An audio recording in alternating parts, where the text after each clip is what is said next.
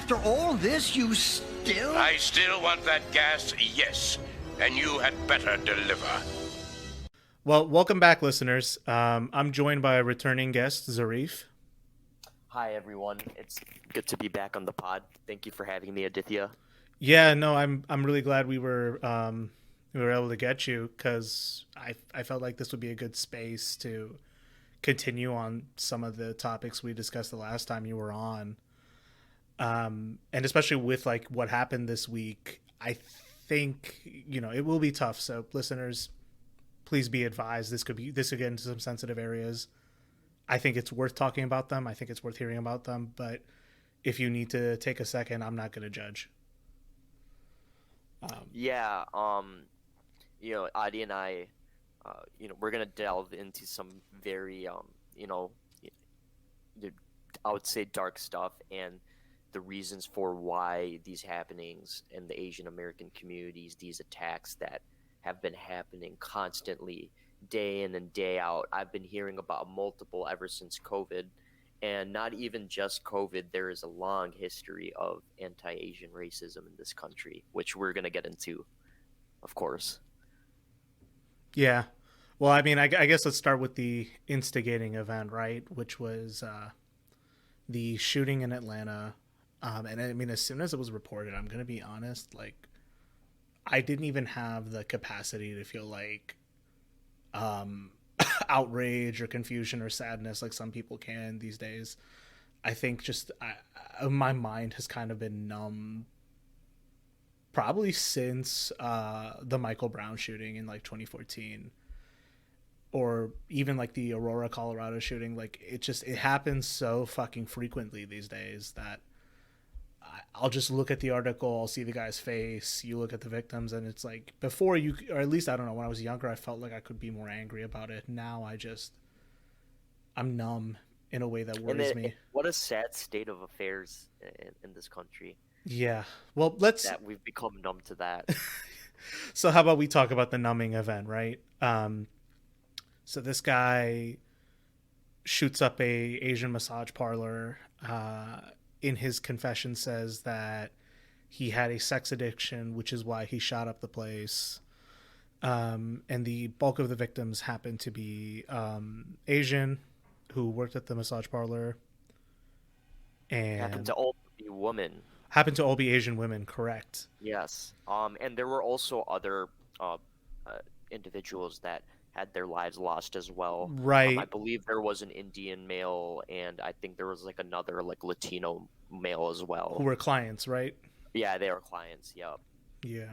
And people go. I think a lot of people have stereotypes of these massage parlors of, like the typical like, oh, happy ending and this blah blah blah. But a lot of people just like going to these massage parlors because, maybe they might be just having a stressful ass day, and then they just like wanted to like let loose, or that's their way of letting loose. I remember watching one of the news segments about the Atlanta shootings, and one of the clientele who was particularly close to one of the individuals that lost their lives, says, I loved going to this store whenever I've had a bad day, or my muscles are feeling tense or anything. Like, these are stores that were tied to their communities. Like, let's not forget. And it kind of goes to show that, like, it's a kind of get your mind out of the gutter effect, where like just because it's an Asian massage parlor, they're probably turning tricks in there. I don't get what that's about. But at the same time, like, because there's so many urban legends in a lot of cities about some of these places, or even where it's kind of like not enforced by the police. It's one of those weird areas of sex work and, the massage business that everyone just kind of, laughs about in their heads, but it manifested in something pretty tragic today. And also just something that I find odd in how the police response to this event went down. Oh my God. Was like, well, he was having a bad day, and bizarre. he shot women, so it can't just mean it was a race thing. And I'm like, and maybe there's, it's not the exact nexus or next point in a sequence of anti-Asian violence. But there's something very, very sick about what happened. Oh, absolutely.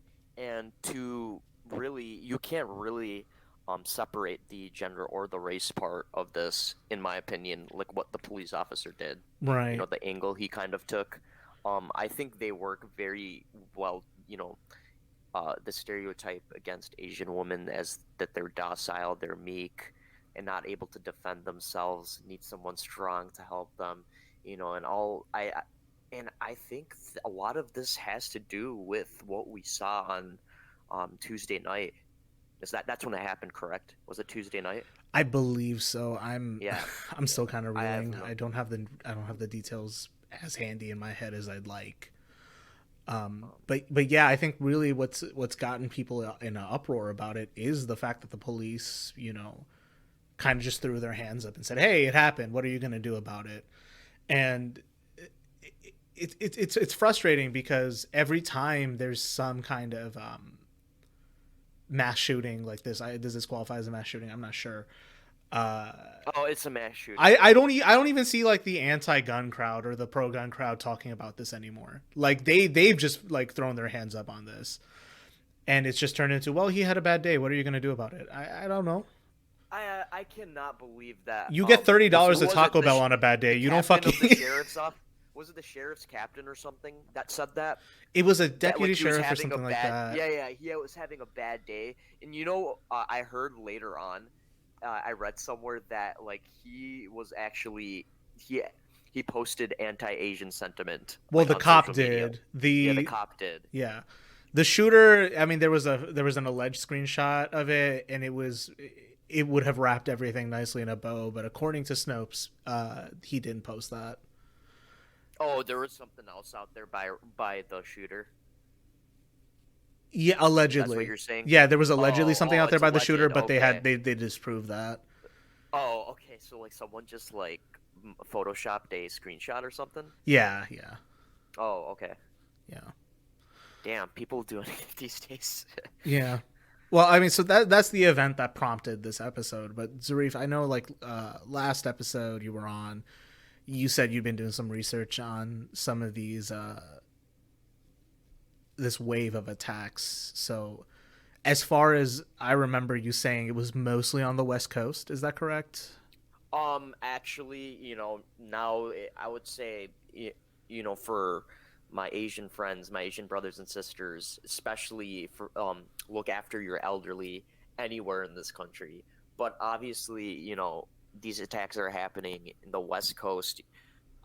California has a lot of Asians. That goes without saying. They're happening in New York City. I've heard about a couple in Philadelphia. I've heard about some in Baltimore. I've heard about some, obviously, Atlanta. Mm-hmm. Now, and I think there was an incident before this one in Atlanta previously, during COVID.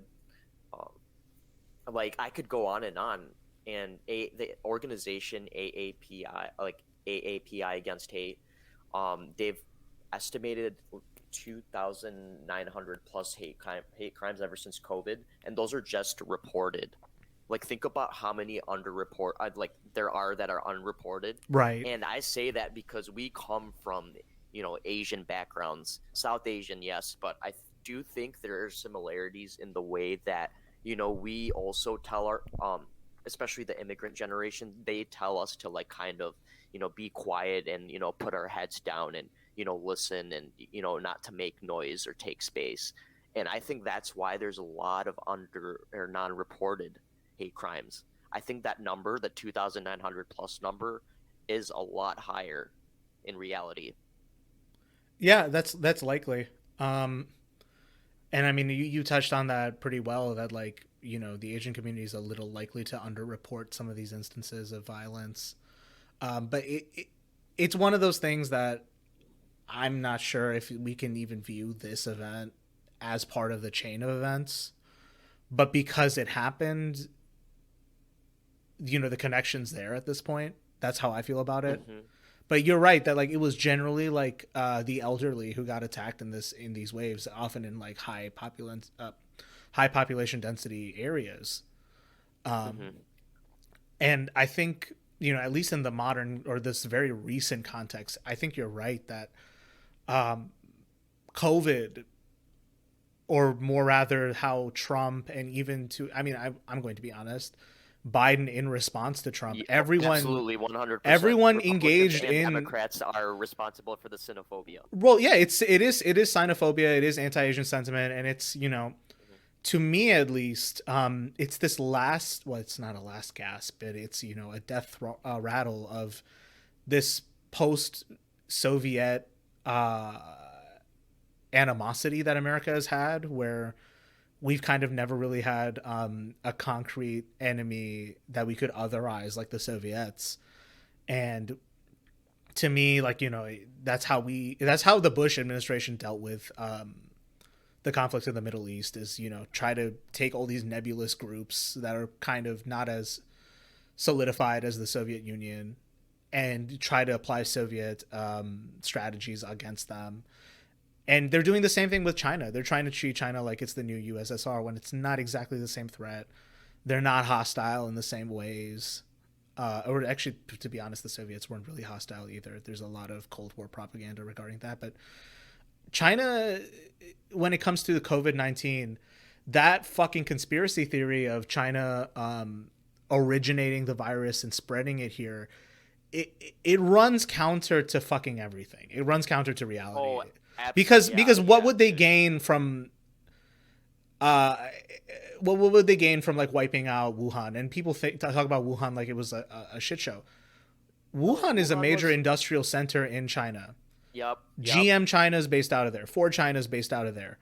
And something that we don't talk about when it comes to business culture in Asian countries, they're actually very hands-on when it comes to having people from their divisions go to like places that are outsourced or places that are like international divisions of their companies.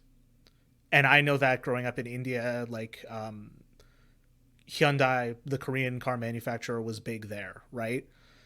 And a lot of the Korean kids I went to school with were children of those Korean expats who were like sent over to supervise the different facilities that were set up in India, right? And the same business culture exists in China to an extent. So, you know, folks were traveling to and from Wuhan, and probably, you know, that may have been one route of the transmission of the virus, right? But that's incidental. That's incidental. I don't really think anyone saw that coming, especially when there was I don't know if you saw this report. It was very underreported when I read it. Was the actual source of the virus, when they traced it back, was closer to Fiji. Oh, what? No, I did not read about that. Yeah. I've not heard about that at all. So again, like epidemiology is the one tool, and like pandemic response, these two like disciplines, which would have been instrumental in how we understand COVID-19 and how we fight back against it. These are the ones that have either been like, I mean, the pandemic response team, because you've heard that report that the Trump administration willfully defunded the pandemic response center. Absolutely. Right. And so it's just an absolute disaster. It's an absolute disaster in that regard. And then when it comes to epidemiology, I mean, first of all, no one can really travel and do the field research, so that may have affected some of this. But I mean, you know, they find out after the fact it was Fiji, and no one's talking about it. Everyone still wants to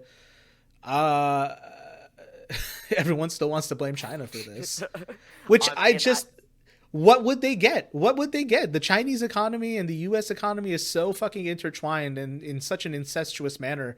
They're not going to get anything from blowing this up. We're not going to get anything from blowing it up, but we're fucking like Yosemite Sam in an old Looney Tunes cartoon. Just like blow this shit up. Honestly, do you think China's going to have us by the balls by like 2030? Well, that's the question, is like, what does having us by the balls look like? Because like economically, to the point where they'll be able to place sanctions on us if they really wanted to. I mean, it would be karmic if that happened, right? But the thing is, when people talk about China gaining dominance, the implied sentimentality of that position is that China just took the aggressive. They're trying to come at being the new world hegemon, and that it's a wrong thing to do, which I'm sorry, to this day I still don't get why America should be in charge. The case has Oh not no, yet we been should made for not. that. No, But we should not. I mean, to be honest, when it comes to how, I mean, as a result of Reagan, Carter, and Clinton, right? How America has just willfully thrown away so much of its supply chain and its production systems by result of NAFTA, by outsourcing to China, by doing all of this shit, right? Um, it's not like we have our, balls in a vice grip. It's more like we kind of just put them in China's hands and said, hey, keep them for safekeeping. It doesn't help. Right. It doesn't fucking help that everyone wants to cry foul now, because it's just like it's a way to shift the blame, and it's the Yeah, same thing they right. did with the Iraq War in a way of looking at it, that everyone who was part of the establishment at that time, who's still around, has kind of just has really relied on the public's lack of attention and lack of memory about this to just wipe their hands of it. And they're doing the same thing when it comes to China in this one. So I really think that when it comes to some of this anti-Asian sentiment that we're seeing, it's top down. It's fucking top down in nature. In that 100%. The public consciousness has been willfully kept in the dark. They treat us like mushrooms. You keep us in the dark and you feed us shit. And then people are, feeling some degree of economic anxiety. People are feeling some degree of coercion. And, if it's some idiot like Trump, or if it's even the Democrats saying, no, we're also going to be tough on China, you just internalize some of this shit. And people think that these are things that you have to willfully teach yourself. No, you can take them in subconsciously, and then they manifest like this. And I'm not saying it makes it any better. In fact, it makes it so much worse. Yeah, the fact that it can be so under the surface, that makes it deceivingly more dangerous, in my opinion. Right. And this isn't to say that I'm shilling for China on this one. There may be some serious concerns that we can have about China, right? But I just don't see why America, the country that is trying to make the throw from the 3-point line, and our pants fell off, to steal a joke from Felix Biederman, right? That's what we did as a country. That's and then the best way to describe everything that's been happening in our country. Yeah, credit to @BuyYourLogic for that one. I'm totally plagiarized that. But but I mean that's literally it. It's we willfully fucking gave it up. We gave up the game, and then we're like, hey, it's China's fault. Yeah, and then we blame Asian Americans who have absolutely nothing to do with the Chinese government. Right, right. And it's and oh my, does that have a history in itself in America, especially towards Asian communities? Right. It's exactly what they did to the Japanese Americans, Right. during Japanese American internment. Right. And I think we're gonna eventually touch on the history of this anti-Asian sentiment, but I think it's useful if we apply a bit of class critique to this. Oh, absolutely. Because 100%. I think what's made me a little numb about some of this too is some of the critique is so devoid of a class analysis, or so devoid of why the exploitation was done in the first place. It's one thing to say America has a racist past. That's the 1 point question on an exam. But understanding that this racism was applied mostly arbitrarily, but in varying degrees to different populations, to enrich the same group of corporate oligarchs that we've had. That's a critique that's always missing, and I feel like that's something that me and you can get into today. So yeah, 100%. We can get into how the especially the media, which don't serve us, which don't serve the people, they serve obviously the corporate interests, how they intentionally twist stories and incidences that happen to, purposefully portray a certain like biased point of view for their audience, kind of confirmation bias essentially. Yeah, there's that to an extent, and I think really that we don't have a press that meaningfully challenges power. Mm-hmm. Right. What? Yep. And that's something that I find is lacking in the discourse, so to speak, about social justice. Is that it's one thing to label individuals as racist. It's one thing to talk about racism as an isolated concept, but not talking about who it serves, that to me is dangerous. Yeah, and I think it's very easy to fall, um, to fall down that or that hole, if you will. Um, especially like if you don't open up your mind to how other populations live. Mm-hmm. It's very easy to be in your like kind of closed-minded bubble, so to speak. Right. And I mean, and that's where we're getting into some of this some of this garbage of I'm not sure who's fucking pitting black people and Asians on Twitter. I'm pretty sure. Oh yeah. Anyone tweeting that like, oh, Asian people ain't showing enough, aren't showing up enough for black people, or black people aren't showing out enough for Asians. That's CIA shit. You're getting paid by the CIA. It's like literally, I have rebuttals for both of those statements. You know what I mean? It's just like it's like, come on, dude. Like, or whoever it was. Like, I don't care who said it. They're just trying to purposefully like create division, bro. Already. Well, and that's really it, because between two marginalized groups. And that's why I'm saying the class component matters, because the commonality, and we'll talk about this. I mean, I guess let's start with the history here, right? Is that it goes without saying that America committed an original sin with expropriating land from the natives and using black people as slaves. Mm-hmm. And of course those crimes are rooted in a racist worldview. But what does that do? Taking land from people means that you have all this like property now that you can like exploit to gain wealth. And if you don't pay people to work, now you're like doubling your wealth as it grows. You know what I mean? And that's one thing that slave owners would say to justify themselves is, well, I have to build their shelters and feed them, but that's pennies on the dime compared to the profits they were making. Yeah, they made so much money. Like, people have to realize how profitable cotton was back in the day. Cotton, sugar, I mean, all of these were cash crops. Yep. These aren't even really things that like people need for their nutrition, so to speak, but like because of how profitable the industry was and how rough the work was, they couldn't get white laborers to do it because it's such like grueling work. You would have to pay them like a higher wage to get them to even do it, right? And you have these people who you've stolen from the motherland to like expropriate their labor and dehumanize them. You can extract wealth out of them so much fucking faster.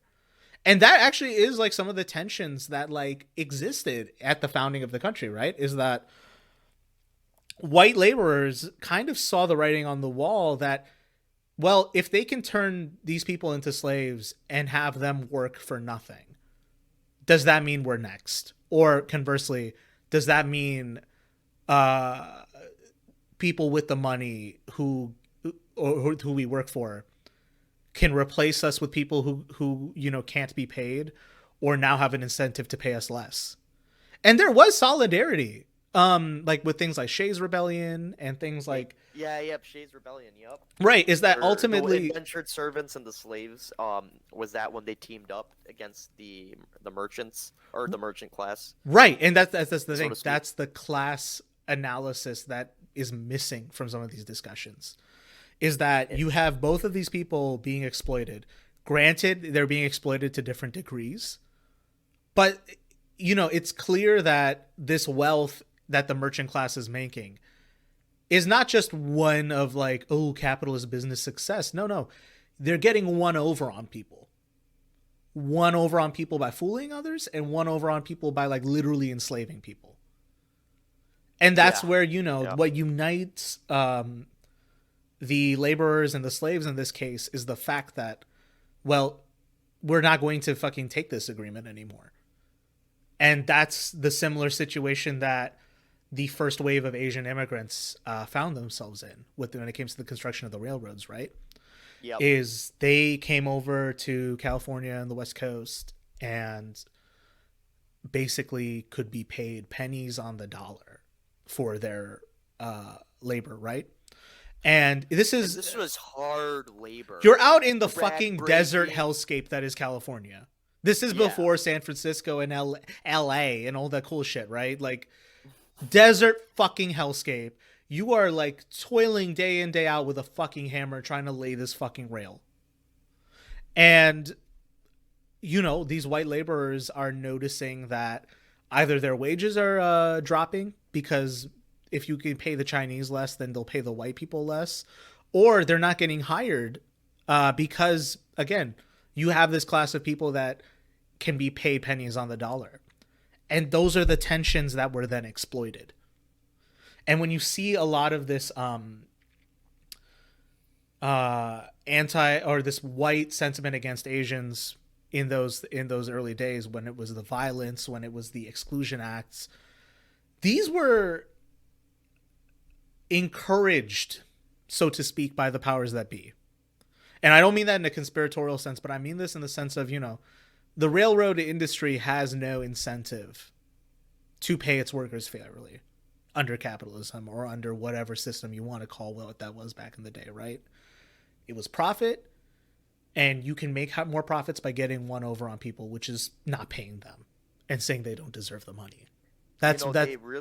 They really exploited the racial whatchamacallit, the racial tension, because the racial tension for profit. Because ultimately speaking, like, me as like a neutral observer in this situation, it's like, well, it's wrong to both groups. You know what I mean?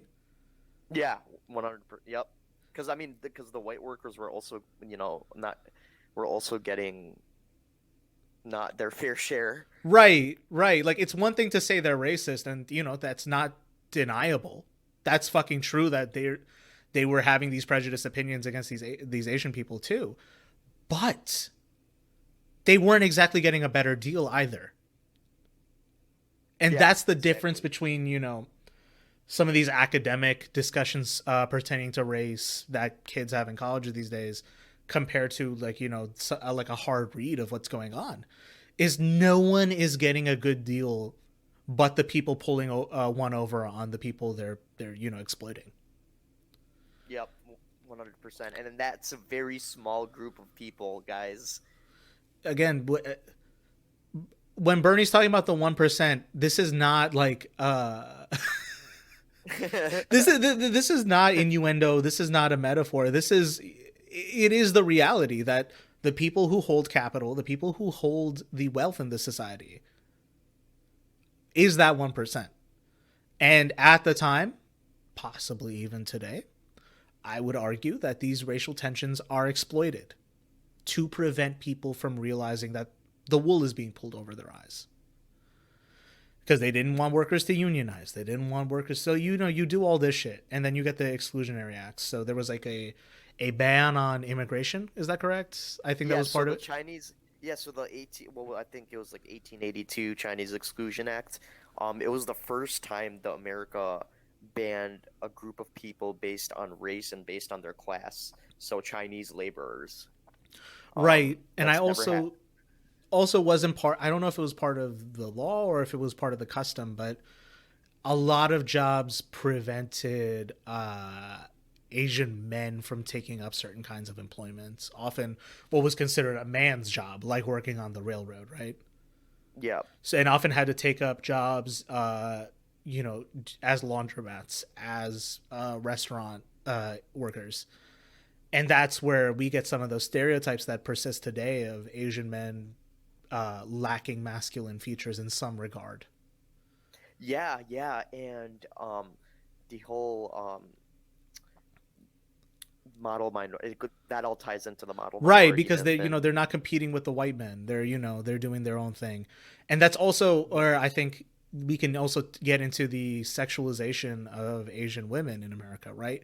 Because a lot of times, the only employment, especially because it was more legal and not as frowned upon out west, was prostitution and yeah, sex and we're work. talking like the late 1800 or early 1900 times, like the Chinatown like time, like right when the Chinatowns were first opening up, I believe. Right, and like they were segregated Yeah. into these neighborhoods, and that's where we Hmm. get the whole, the concept of a Chinatown, right? But and that's the thing Yep. is because Asian women had to take up jobs in sex work, um, they get fetishized in that regard as well, and Yeah. Yep. that's where I see the origin of some of these stereotypes is in those exclusionary acts. They needed to take these people down a peg economically, and the white working class was blind to the fact that they didn't need to compete with these people. They needed to have some common ground, but it was difficult because already there were these economic or these economized racial tensions combined with the fact that newer immigrants still needed time to assimilate and learn the language and all that. It just exacerbated in unnecessary fucking ways. Let's maybe talk about the problematic thing, which is some of these bad these bad takes that I was talking to you about, right? Oh And yeah. and it's kind of like the overall narrative I'm getting from this is that uh there hasn't been intraracial solidarity, and that people feel like they're losing the spotlight. And I think the first part is an accurate read of the situation. I think there definitely needs to be more done when it comes to solidarity, right? Yes, 100%. I think in the US, like, um there hasn't been enough work on the side, on the like POC minority, whatever you want to call it, solidarity front. Mm-hmm. I do think though, however, um we, like, Asian Americans were the biggest group to show support to be towards the Black Lives Matters protest, this Right. past summer. Well, I mean, these So tensions I didn't come do. out of nowhere, right? And I know that I think the last time you were on, you were talking about um, some of the tensions between black people and Korean people during the Rodney King riots and things like that. Mhm. So these tensions didn't come out of nowhere, but they are historically rooted. And I think it is the fact that because Asian people had more access to gain property and start businesses and things like that. Like I don't know if There you've was a heard lot of resentment there, and in it's the black communities, and and it's understandable, yeah, it definitely But then is. again, the Koreans, you have to think about it also, especially in those working class communities, like they also weren't getting the best deals either, man. Right, right, and that's And it all goes back to what we were talking about before. right. Is that ultimately none of us are getting the best deal, and I think that of the people of our community who hold bigoted opinions or don't see a point in having solidarity with BLM or the larger push for civil rights, um, it just goes to show that you're willing to be a sucker. It goes to show that Mhm. you're willing to take the pat on the back and be called a model minority when in reality the deal you got, this little shitty suburban home, your little business, sending your kids to a nice school district. I mean, it's predicated on the fact that they were able to bring, at least for South Asians, right? They were able to bring us over in bulk during the tech boom. Yeah. And Well, now, my like, parents came a little bit before, but yes, I understand where you're coming from. right, right. And, like, that's what that was predicated on. And that, you know, that also, like, manifested in some of the 9/11 era violence where people were just like, well, they came and they took our jobs. And if all it takes is some like willfully malicious guy to say, well, hey, it's these people who did it, not us who fucking gutted the system that had jobs for you. And let's not forget how much the media exacerbated the Islamophobia that we've seen post 9/11. Let's not forget. Right, and that's the thing. It's the same mechanism that they used when it came to like propping up Islamophobia. It's the same mechanism that they used to prop up this recent wave of xenophobia, right? Oh, 100%. It's all the same system of white supremacy that we see coming from the corporate interests. Right, and that's really what it comes down to. Is like, I'm not sure if it's. I mean, it's been said by multiple historical figures, whether it's like Lyndon Johnson saying his version of it, which is, if you get the poorest white man to feel better than a colored person, then you have his loyalty when it comes to elections.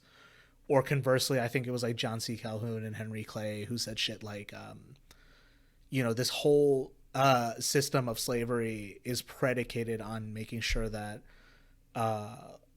white people of lower social classes don't wise up on the fact that this system is for the profitability of the aristocratic white class. I'm paraphrasing both of those quotes heavily, so please correct me if you're keeping track, right? But no, no, those quotes sound right. But it's like, again, like this isn't even like conspiracy theory or like me like trying to read too deeply into it. Like there were several mask off moments where people explained this is how the system works, and I think where I'm at, right, is I'm not really interested in competing for attention with other people. I think this is a system that does not distribute resources fairly. People don't get the product of their work that they deserve. This is a system where justice is not delivered for the victims, be they Black or Asian. And I don't think that we need to stand in competition with anyone. We're all hurting. We're all hurting. This is a fight that we can all participate in. Right. And this is just something that like I'm with anyone who's willing to speak about this clearly, that this system of justice that we have in this country does not favor people, whether they're fighting back against unfair police practices, whether they're the victims of mass shootings, whether they're even trying to fight back against unfair corporate practices. There's no justice in this system for any of us, regardless of the color of our skin, regardless of our national origin, regardless of whether we were born here, whether we immigrated here, or whether we were brought here against our will. This is not a system that works. It's a system where we're kept willfully misinformed, and it's for the enrichment of the same 1%. Yep, and the lack of critical thinking in our society as well has led to where we are today, I believe. Yeah. Otherwise, I'm gonna be honest with you, man. Like, this is just such a emotionally numb moment for me, right? That all this fucking senseless violence keeps fucking happening. Whether it's the fucking Atlanta shooting, whether it's Black people being shot in the streets by police, whether it's families being held up at the border. At the border, kids in cages. It's all the fucking violence we do in Syria. This is a violent society. This is a society that worships violence in a sense, and we're all getting a bit number every fucking day. And it's dangerous, bro. It's becoming hyper normal. Right. And it's like the only way to stay realistic is just to accept it. That there's nothing you can really do about it. Or if you can, hey, vote for Biden. Come on, Jack. And it's like, what is the end? Where does this end? Or where do we even begin to progress, or how do we even begin to progress? I don't know. These are hard. These are tough questions, and if someone has an answer for you, I bet like if someone thinks they have a definitive answer for you, I think they would be lying. Yeah, yeah. I mean, this is one of those things where, I mean, we started with this shooting, and then we talked about some of this racial history, and I think we're just coming back, or at least every episode I've done to this point, right, has been like, it just goes back to the fact that we live in a fundamentally dysfunctional society. Oh, 100%. And I mean, I think that's the root of a lot of the issues that our society is facing today, very fundamentally. Yeah. Yeah. I don't know, man. I got nothing.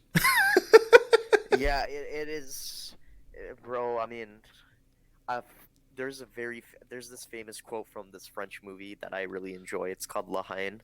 I highly recommend Mhm. you and your listeners watch it if you want to.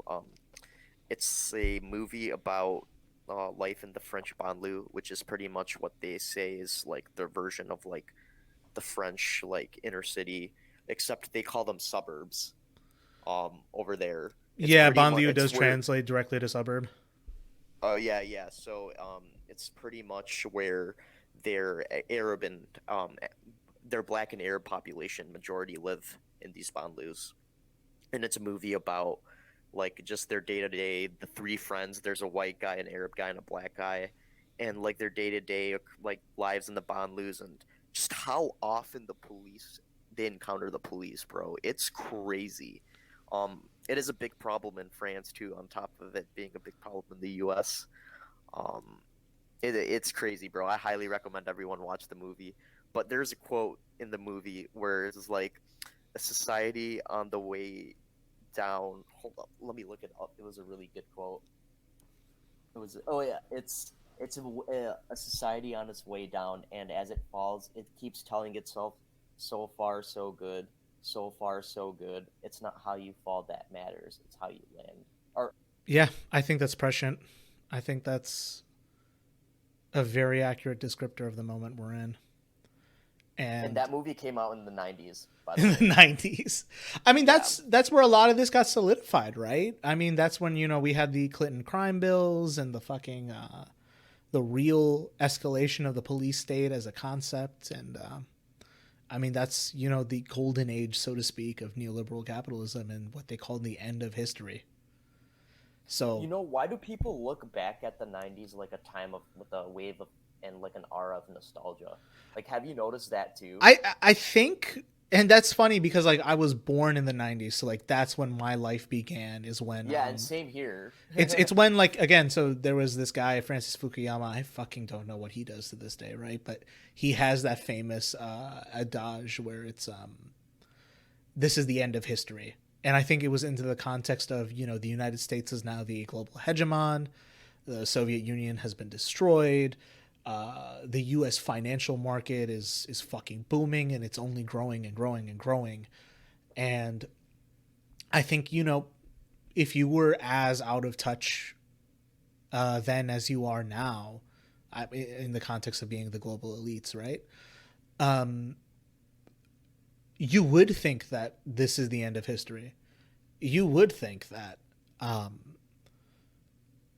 this is the end state of humanity, is just fucking like continue to make the fucking numbers go up, continue to pull the money out of the bank.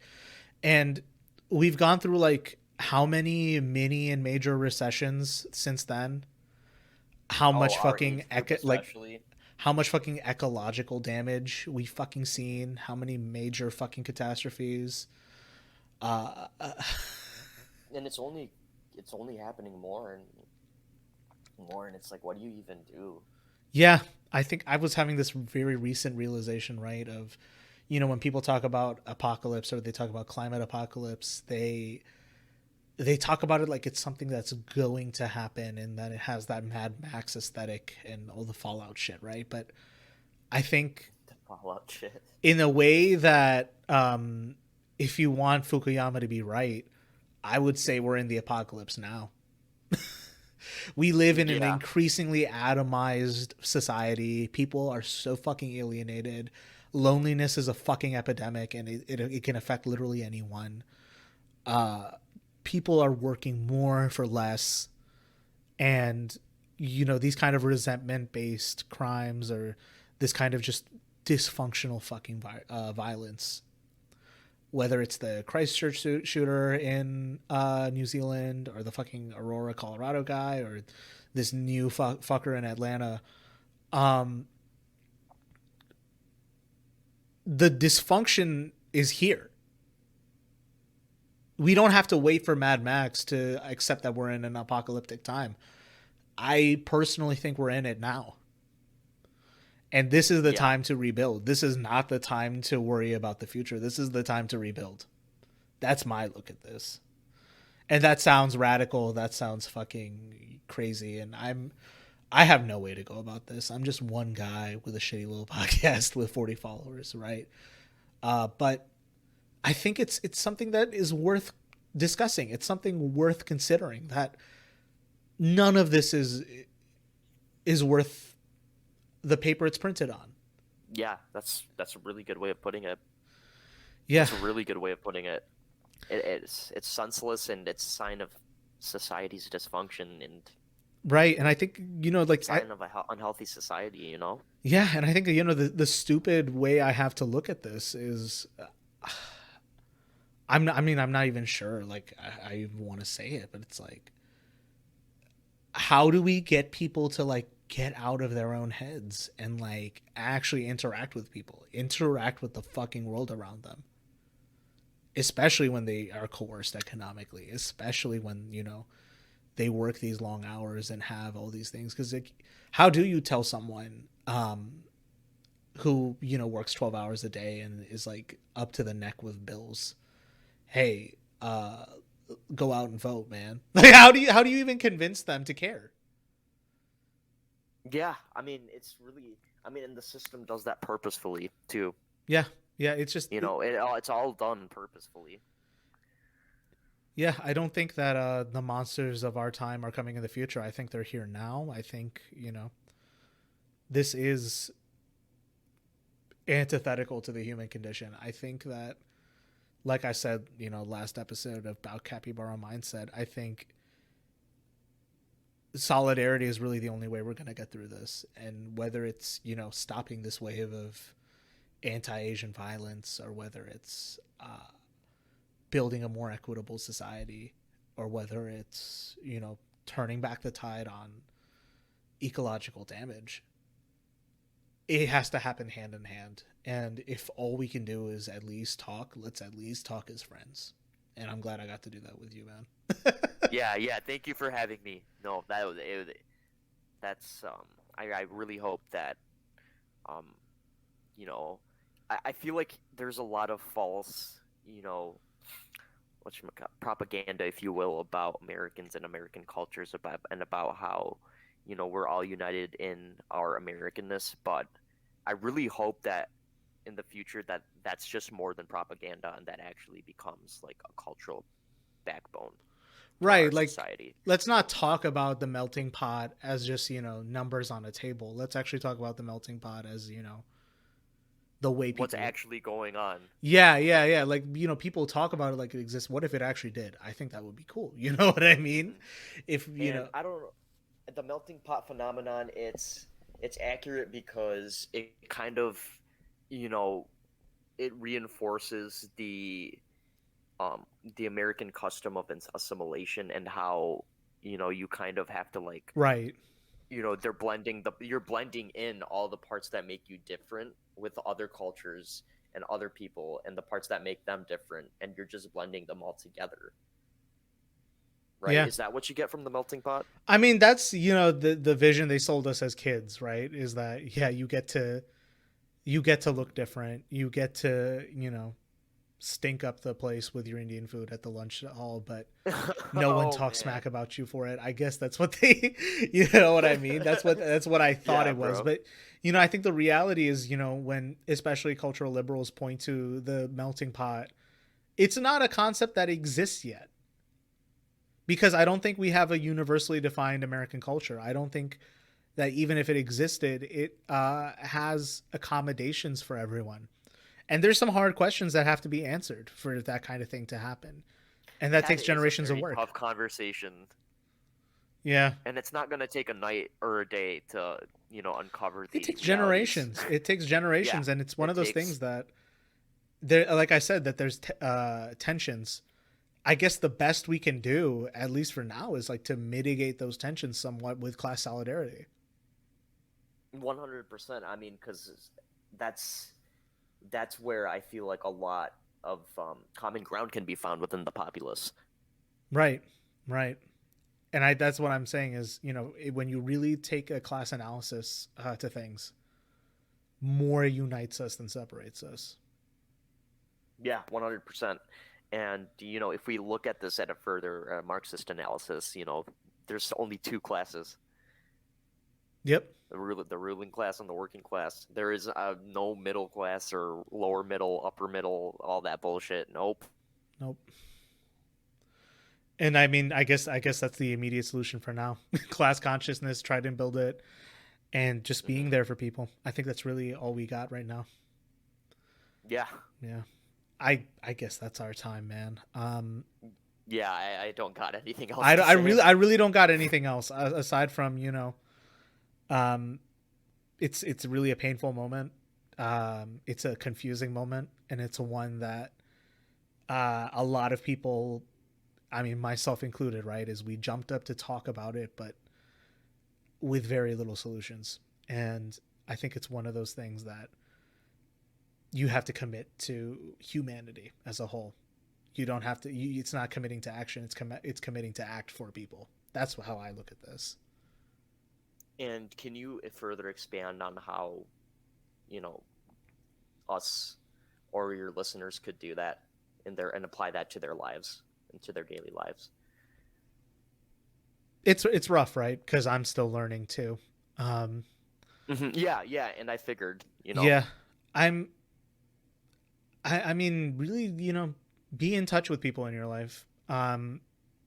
Read more about class analysis and class solidarity. Of course, there's a treasure trove of this kind of information in books and in free literature and podcasts. You can always like broaden your understanding with that, right? But I think the prescription, if there is one, is probably the same one I had in episode 1 and episode 2, which is find what matters to you, that genuinely, is something that you're not only passionate about, but is something that you feel like you could make positive strides for in your community. And that whether that was the community farming angle of it, or whether that's something that you can engage other people with and form some real human contact and relationships with. That's the first step. I think the first step is to fight loneliness. it's Yeah, it's 100. such a Yep. it's such a shitty solution I have, but that's all I got. That's really all I got. The only way to know that you've been gaslit, I guess, is to talk to someone who's a neutral person in the situation. That's what a friend is. That's what someone you can trust is there, the person who can really check what's going on and be like, yeah, that sounds like bullshit, man. That's Yeah. because that's ultimately what the idea of class solidarity that Marx was speaking about is that people trade notes at the end of the day and can say like, huh, your work conditions are shit, mine are also shit too, I wonder why the bosses are up to, and like, that's where the ideas bounce. It's not just the podcasters like me who like talk at length, or the theoreticians, although that stuff has its merits. I think it is like the people who it's happening to just talking to each other and being like, huh, that is fishy. I mean, that's kind of what we see happening in Bessemer, right, in Alabama with Right, Amazon. right, right. And the fun thing about Bessemer too that I was actually hearing about is this is a town with a union history, and we Yes. we like to view unions as like this kind of Midwest or East Coast phenomenon, and they're being mostly white. But um, Bessemer has a history of being a union town and A black union a town on black top of union that. town, and I think its proximity to Birmingham, Alabama, and Dr. King's involvement there too. I mean, this is the nexus of class politics and civil rights, and these things You don't can't separate the two. Yeah, I really don't like this assumption that people have that left-wing politics is this niche or like very white male phenomenon, because here are, you know, two of us, of course, you know, we're cis men, but we are South Asian, and we're trying to, you know, keep an open mind and really try to reach out to people who aren't like us in this endeavor. And if you look back at history and how forgetful the public consciousness has been made, we forget about towns like Bessemer. So I'm proud of, you know, these guys for not only, you know, keeping the tradition alive, but really taking a fight against the really exploitative actions that Amazon has. If I can make a request, if you want to show them solidarity, you know, there's hard ways you can support them in their union efforts, but if you can't do anything, just try not to buy from Amazon right now. Yeah, I'm definitely. I haven't bought anything from them in a while, so Yeah, low key, once you realize how many places have the same shit, it's yeah. And like, dude, their quality of their products isn't even up to par either. well, You know, a lot of the times they know they can under, undercut your quality, if you will. right. I mean, the thing about Amazon too is it isn't even necessarily the products at times. It's just the fact that they have the delivery system and the infrastructure. That's that's the profitable thing about this, really. But at the expense right, labor, right, at the right? expense And of that's well, that's the thing about Amazon, isn't it? You pull one over on the employees and say, well, hey, no one else is going to hire you. Oftentimes in these towns where Amazon sets up, they end up becoming the biggest job producer in the area. And if you're, you know, don't have the means to move, but you'd like to stay there and, you know, have the means to contribute for your family, you take the deal, and it's a bad one. But even for the customers too, it's like, okay, you get like instant shipping. Okay, at what cost? You get these shitty little products, you get like the convenience at the expense of the workers and at the expense of you too. yeah. If you take that analysis and look at it, yeah, at the expense of all of us, right? Right. So if I can also offer a corollary to my, you know, to my solution is don't be a sucker. Yeah. Don't be a sucker. Get informed. I'll critically think about where we are at as a society. Right. Because if someone's profiting, someone's getting screwed, and it's most likely me and you. Yeah. All right. Any other closing thoughts you've got before we wrap up?